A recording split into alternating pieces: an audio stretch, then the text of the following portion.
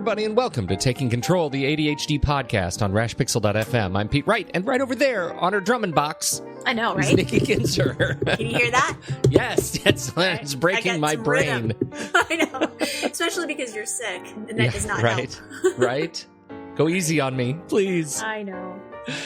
You know what we are talking about today? We're talking about building structures around new habits. It's going to be a good conversation, and oh man, this is just hitting me at just the right time. But first, you need to head over to TakeControlADHD.com and get to know us a little bit better. You can listen to the show right there on the website or subscribe to the mailing list right there on the homepage. Get an email with the latest episode each week. And don't forget, if you're using Apple Podcasts, for example, as your podcast app, Apple Podcasts actually makes it much easier now to go in there right on your phone or your tablet and give us a 5-star review. That would be really helpful. It helps other people discover the show. If you're using other podcast apps like Overcast, I know you're out there, Overcast users, because I see you in our analytics. Go ahead and share the show. Share the show on Twitter if you're connected there. Recommend the show through Overcast. Any of these sorts of methods to recommend or share the show really helps us out, and we certainly appreciate it. Of course, you can contact us on Twitter or Facebook at Take Control ADHD and call us. Leave us a voicemail at 503-664-4ADD. Get your voice and your thoughts on this very show. I'm hearing myself in my headphones. I don't sound like me, do I? You sound a little off. I do. I sound like a little bit lower. You're not so much Casey Kasem. Well, I'm recovering. That's the good news. I'm on the up end of this ridiculousness. And I'm the one that's usually sick, so I'm sorry. I know, right? No, that's all right. No good. So tell us what we're talking about today. We have some follow-up first. Yes, we have some follow-up. I was talking to a client this week about our last show, which was on positive energy.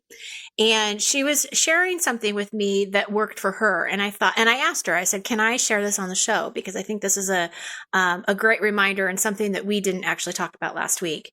One of the things that she did, because she was in a job that was difficult, and she had somewhat of a difficult negative boss. Oh, the worst. Right? And that's hard when you're around negative people, especially when they're your boss. That's even more difficult. So one of the ways that she coped is she would read that book called Don't Sweat the Small Stuff. Remember that book? Oh, I do. I do. That was some time ago. It was, and it was kind of a big book back then. I mean, I don't think there were a lot of self-help affirmation type of books back then. So this was kind of a big deal. And so what she would do is she would take a passage out of that book, and that's what she would focus on during the day. So she would just kind of work on one little thing, right? And it's been a while since I've looked at that book, so I can't really give you specifics because I don't have it in front of me, but you can kind of get the point. And what happened with her is she said it wasn't overnight. I mean, this was not like an immediate thing where all of a sudden she just felt better about her environment. But she said over time and practicing this every day, it really did start making her feel better. And she ended up leaving the job in a much healthier state of mind. And she was also even able to kind of put some boundaries around that relationship with her boss and such. So my point is, I think that it's really important for people to also look for affirmations and things that they can really hone in on, to kind of work on through the day that creates that positive energy. So I wanted to share that with people because we didn't talk about affirmations last week. We didn't. And this book is great. The full title, in case you're looking for it, it's by Richard Carlson. It was released in 1996. Wow. It's called Don't Sweat the Small Stuff, and it's all small stuff. Simple ways to keep the little things from taking over your life. Yeah, good stuff. Yeah, really good stuff. This week in my illness, I have been reading too. Would you like to know? It actually relates. Oh, this is such a good book. First of all, I dove into the podcast Cortex. Cortex it's kind of a nerd show with a YouTuber CGP Grey and podcaster Mike Hurley.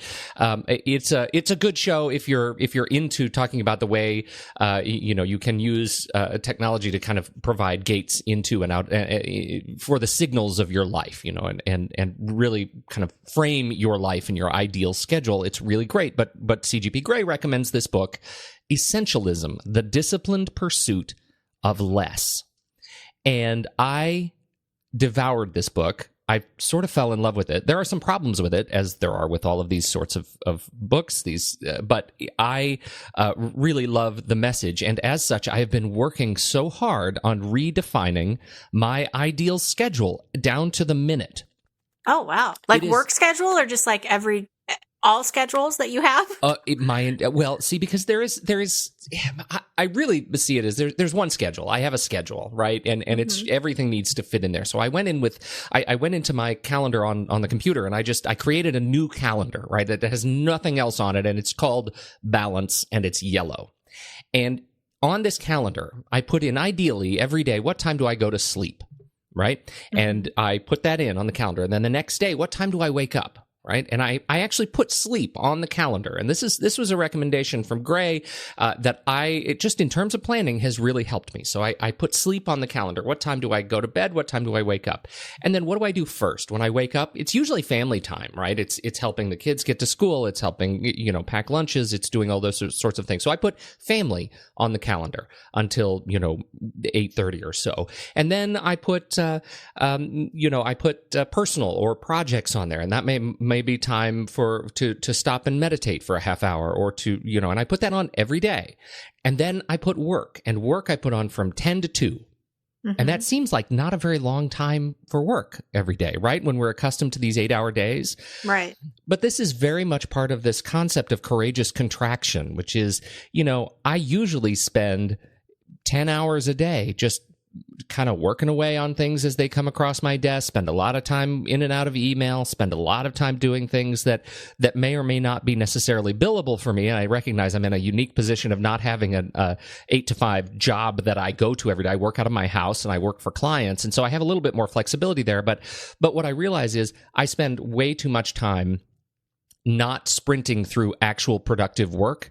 And what I end up doing when I work in a sprint every day is I say this time is dedicated to productivity and work that is billable. And outside of that, I'm going to give myself permission not to think about clients or work and actually get the things that I need to get done for me. And that may include invoicing. That may include producing podcasts that are not for clients. That may include, things that help me grow my business, and do that every single day, all the way down through family time, dinner.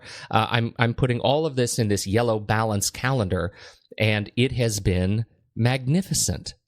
It has been it's changed the way I think about my time. So how is that? Is it because you're looking at the calendar and it's just reminding you that this is the intention that you've set aside for these events or these categories? One thing. It is it's all around shame, right? It is all about this idea that if I am just leaving my days completely open like a normal, quote, work day, when I'm doing something like invoicing, I'm usually feeling shame that I'm not doing something for a client. And that's not healthy for me. That's not good for me. Right. So now I'm saying, if I'm in that 10 to 2 period, I know that this is what I'm supposed to do. Yes, this is what I'm intending to do. This is what I'm doing. I'm gating off everything else.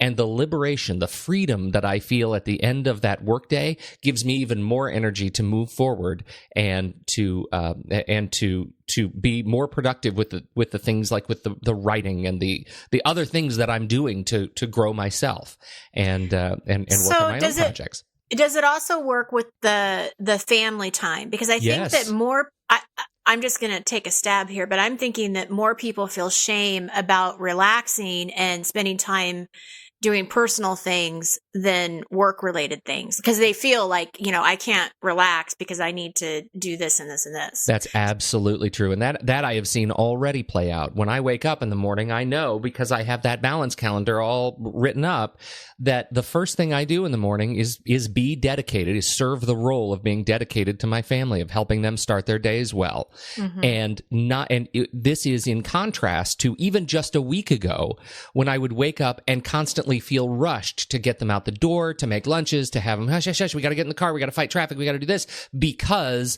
always in the back of my head was that feeling of shame that in the end, I need to hurry so that I can get to work.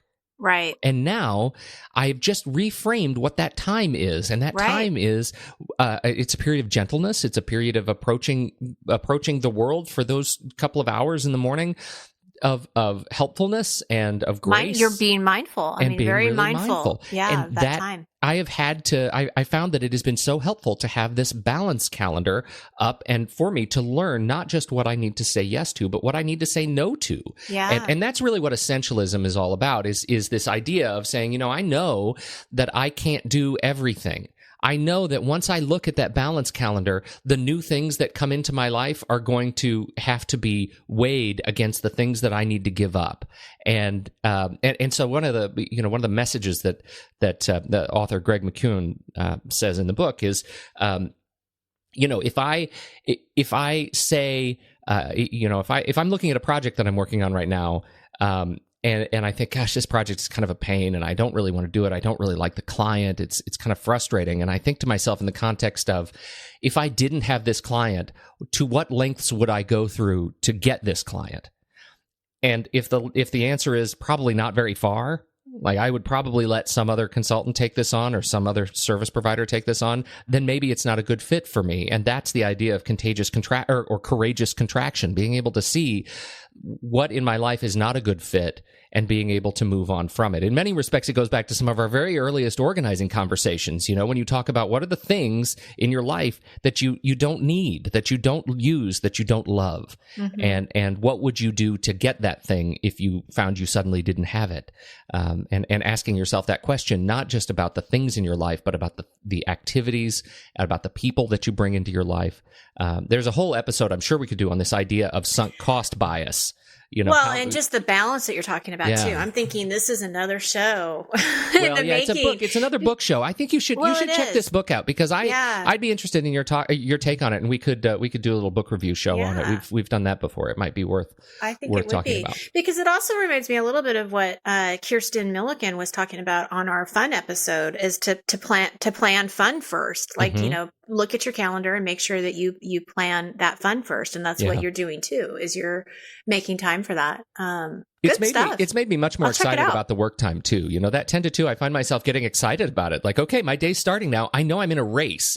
But it's a good race. It's a healthy race. And it's intentional work too. I think that's the one of the biggest complaints I hear from myself too, is that floaty, I'm floating. Like I have this time, but I'm not really sure what to do. And at the end of the 4 hours, I don't feel like I did anything, but you're really going into it with intention, and these are the things I'm working on. And then at 2:00 it's done. And absolutely. It's interesting. Well, I'll check it out. Maybe we'll do a future show on it. I will put a link in the show notes. I read your write-up, and the whole reason I brought up essentialism is because I feel like it really fits into this idea around building structure around new habits. I think it's a great sort of lead into this conversation. Where would you like to start? Well, I wanted to actually bring attention back to habits, because I know a couple of weeks ago we did a book kind of show, right, around Mini Habits, Bigger Results by Stephen Guise. And I love the idea of starting really small. So if you haven't listened to that show, I highly recommend it. So Pete, put those in the show notes again too. Show notes it is. That's right. I think it's a great show, and it's really the place to start. Is we want to start small. There's no doubt about it. But there's this big issue that I see from people, that they really are trying to do too much too soon. And so what I want to talk about today is how to build structures around just the small habit that you've chosen.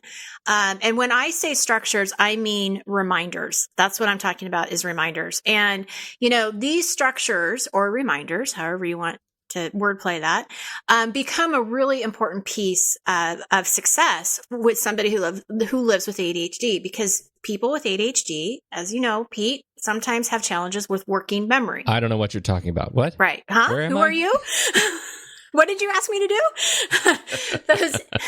Those executive functions, that working memory isn't always functional. Isn't that funny? Executive functions aren't functional, right? Got that? Yes. Please allow my life to serve as a warning to others. That's right. But you also know that this is not intentional. You're not choosing to forget. It's just something that happens. It's easy to get distracted.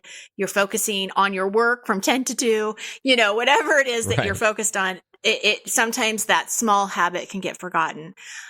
So we have to be reminded. And, before we actually go into what these possible structures could be, there's something I kind of want to bring up, because this was brought to my attention, and I think it's important. a level of acceptance. And it kind of goes back to this shame conversation that we had at the beginning of the show, is that I think that in order for structures to work or to be really open to them, we need to be able to really accept them and accept the fact that we do need help, and believe that the structures are positive things and that we're doing for ourselves and not negative. Because I think that a lot of people feel like they shouldn't have to use an alarm. They shouldn't have to have a reminder or a structure put in place, right? Because there's these feelings of shame that come up that, something's wrong with me. Like everybody else seems to remember. Why can't I? Right. And something that I'll say to people, and I think this is really true, is you would never fault me for wearing my glasses to see better. So how, putting structures in place for you or setting up some kind of accommodation for the way that your brain operates, there's nothing wrong with that. You know what I also find, just to tag onto this, I think we make assumptions that other people are much more in control of their lives than we are. And that is largely false. Right. We don't know, and we can't operate on assumption that causes us shame because we think that we shouldn't have to use alarms because surely other people don't. When, frankly, other people who really have it together likely use some sort of an accommodation like this. Yeah, absolutely. Absolutely. It's very good. I mean, that the perception that we have, or the perception that we think people have of us is usually not right. Yeah, you're absolutely right. So if this is something that you're resonating with and you're like, yep, that's me. I understand what you're saying. I would really encourage you to challenge that belief system and, think about how is that serving you right now, because it's probably not, right? Because you're probably not putting the structure in place because you think that you don't need it. But instead of feeling shame around it, trying to get to a place of acceptance around it and not judgment. Like, let's just take the judgment out, accept it for what it is. And the reality is you really shouldn't have to remember on your own. Right? I mean, the more you can understand how your brain is wired and that this just doesn't happen, then you can really understand, what needs to happen to remember. And that's these little reminders, because you can get the same results as anyone else. You just have to get them a different way. And I guess, one of those detours to speak are these little reminders that we place for ourselves. And ultimately, we want to get to the place that these structures, are set up in a way that you actually trust them. Yes. Wouldn't that be nice? I wonder. To not second guess everything that you're doing or feel like you're kind of in that panic because you actually trust the system or the structure that you put in place. Right. Nice, and, right? And I think so much of that, part of the shame that comes with it is that we feel like people will notice our alarms. And so much of the work around these structures comes in not choosing whether or not to have a system in place, but figuring out how to create a system that is absolutely trustworthy for you, but largely invisible to others. Right. So I'll talk about that a little bit. Okay, good. Mm-hmm. Yeah, because there are ways you can do that. Sure. Believe it or not.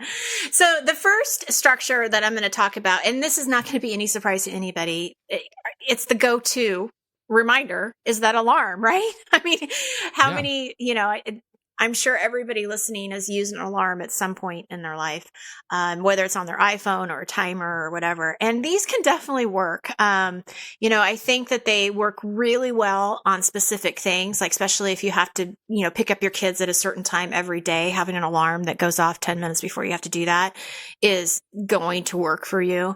If you have to take medication at a certain time during the day, having a reminder go off can definitely help, as long as you are setting the reminders at the right time, because it's not going to help you if you are not in a position or a place where you can take that medication, right? So you got to kind of think it through a little bit and be pretty mindful of when you set the alarm. Another helpful thing, and we've talked about this in the past too, is to keep your alarms interesting so that they don't just become noise, that you actually set them at different tones, just so that it grabs your attention. So instead of the doorbell tone, it becomes something else, in a month or whatever. But what I really I have a technical thing that's really fun. Yeah. For an alarm. So one of the things that I use on my phone is my the iPhone's vibrating alarm, and I love it so much. And there's an accessibility option where you can go in and you can tap out different rhythms. So you can actually program it to vibrate at unique patterns.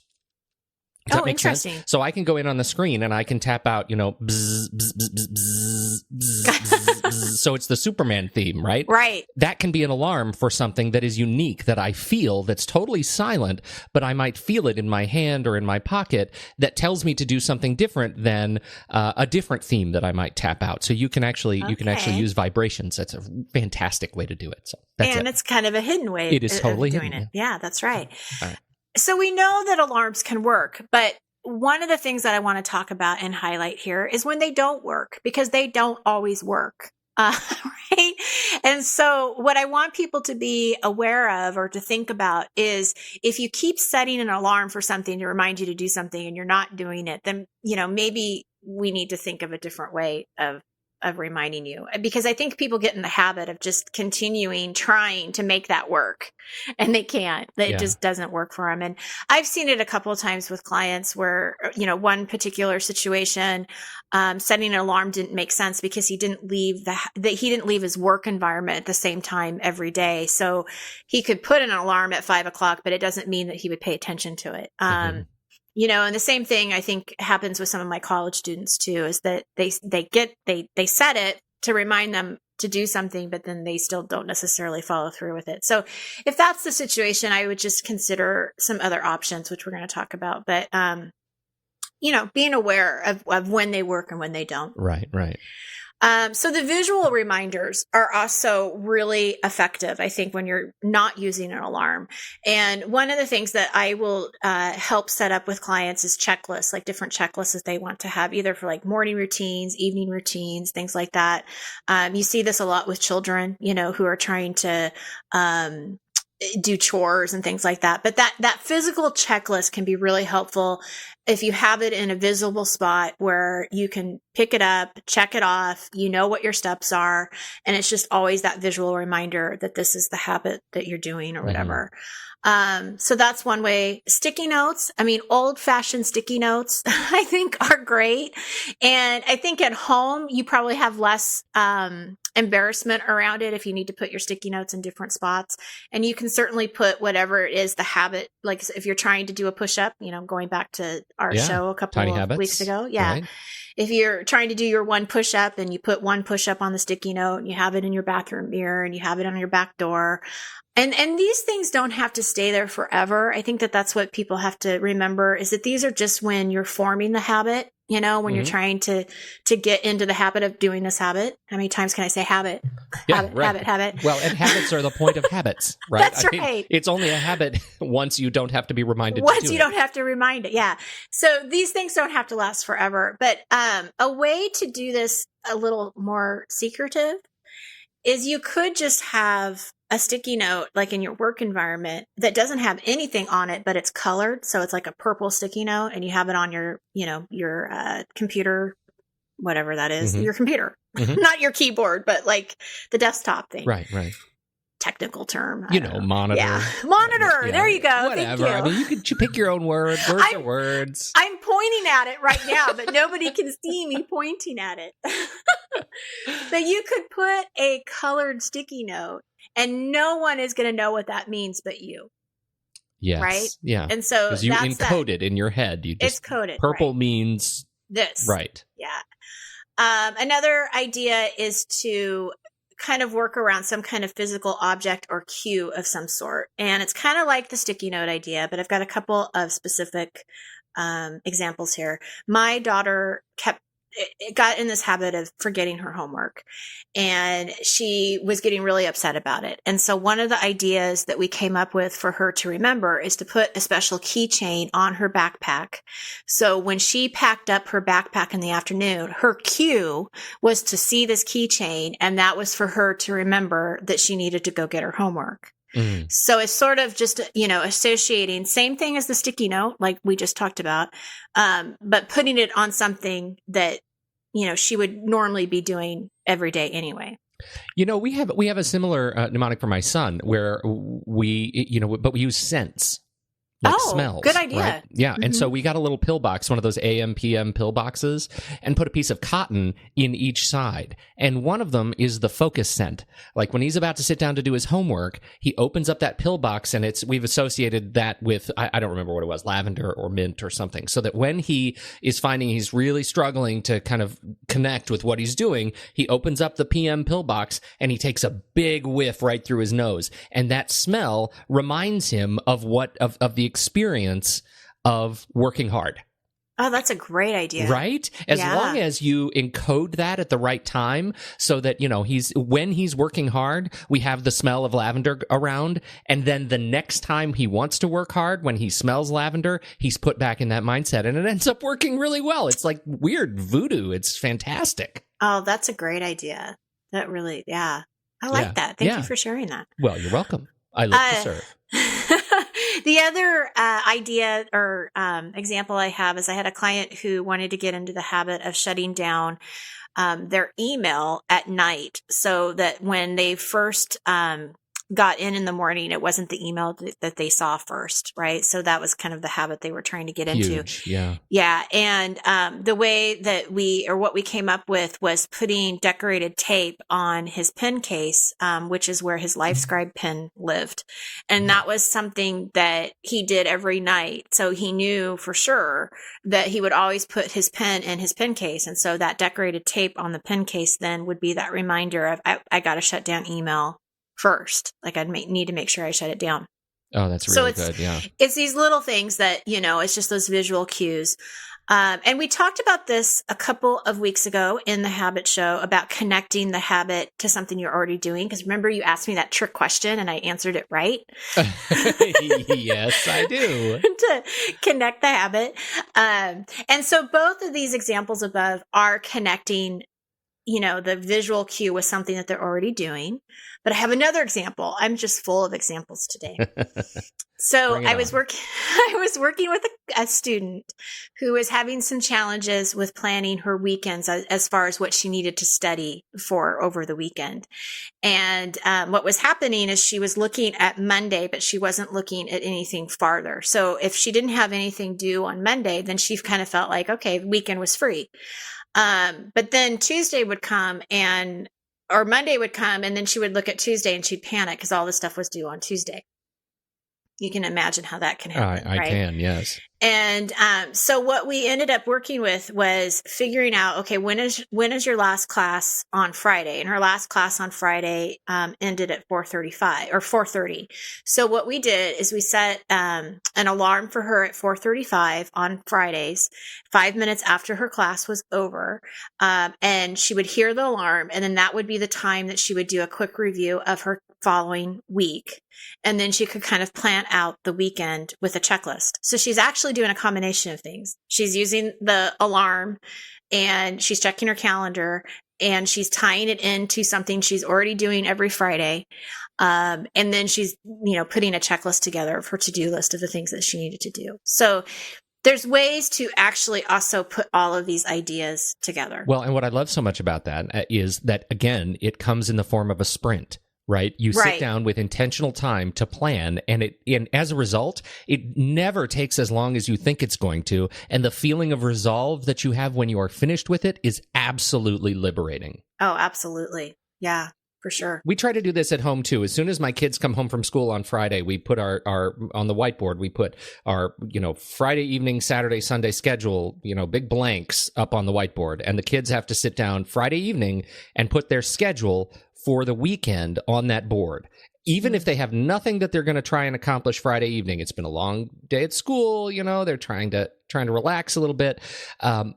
Still, the act of putting when they're going to do their homework throughout Saturday or Sunday, when they're going to work on those projects, when they're going to go to their kung fu classes, whatever, is really liberating for our Friday evening movie night. We can go into casual time completely free. Right. Yeah. Oh, that's awesome. Yeah. You have great ideas, Pete, right? Chock full of them. Chock full of them. So I have one last thing that I want to talk about, and that's accountability partners, because we've talked about accountability before. And I definitely feel like accountability partners they do definitely, how do I say this?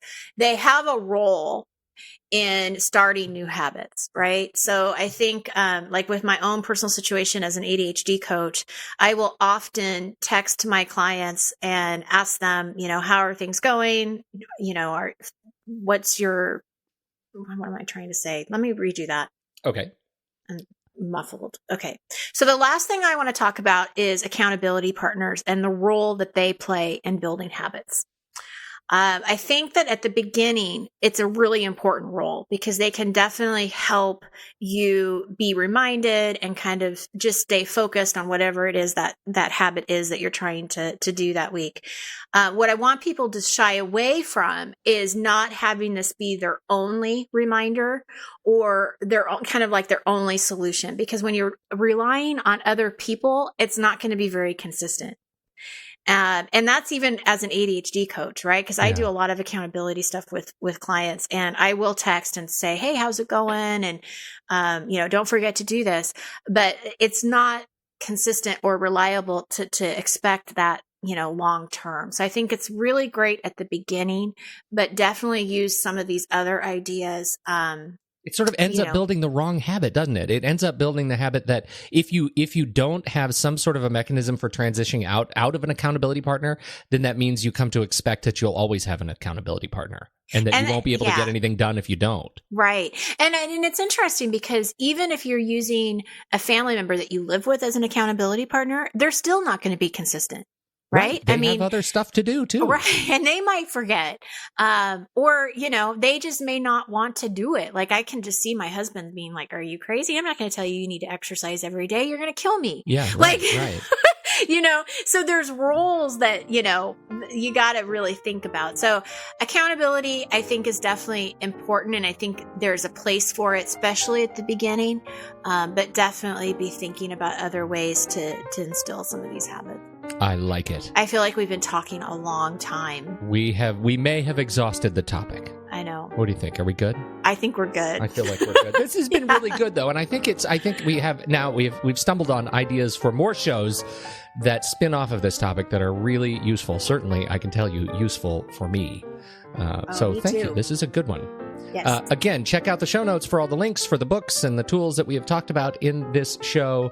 You can find them at takecontroladhd.com /podcast/246, episode 246. There you go. That's all we have, I think. On behalf of Nikki Kinzer, I'm Pete Wright, and we'll catch you next week right here on Taking Control, the ADHD podcast.